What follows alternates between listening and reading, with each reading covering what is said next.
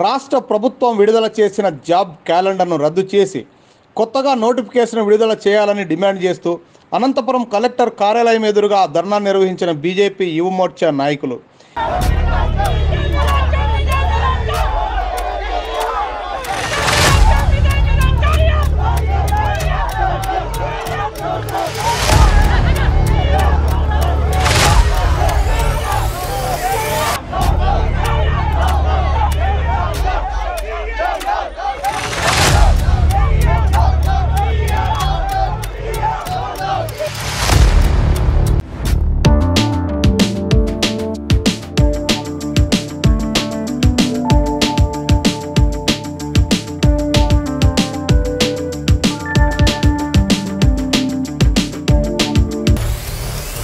ఈ సందర్భంగా జిల్లా యువ మోర్చా అధ్యక్షులు అశోక్ రెడ్డి మాట్లాడుతూ, రాష్ట్ర ముఖ్యమంత్రి ఎవరైతే ఉన్నారో వాళ్ళు జాబ్ క్యాలెండర్ని విడుదల చేశారు.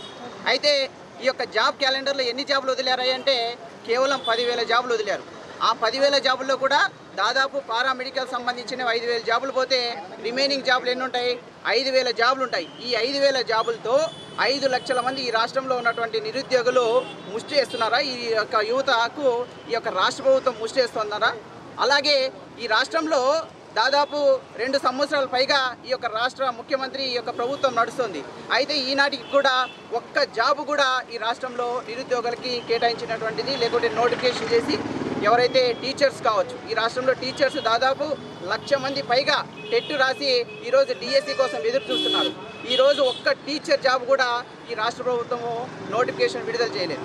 అలాగే భారతీయ జనతా యువ మోర్చా ఏం చేస్తుందంటే మా యొక్క డిమాండ్ ఒకటే, జాబ్ క్యాలెండర్ని రద్దు చేయాలి. అలాగే ఈ రాష్ట్రంలో ఉన్నటువంటి దాదాపు 2.5 లక్షల పైగా ఏవైతే జాబులు ఉన్నాయో వాటిని వెంటనే రీనోటిఫికేషన్ వదలనేటువంటి పరిస్థితుల్లో ఈ రాష్ట్రంలో ఉన్నటువంటి యువకులందరినీ కూడా నిరుద్యోగులని అందరినీ కూడా ఏకం చేసి రోడ్లపైన రాస్తా రోకలు కావచ్చు, లేకుంటే మా యొక్క ఉద్యమాన్ని ఉధృతంగా చేస్తాము.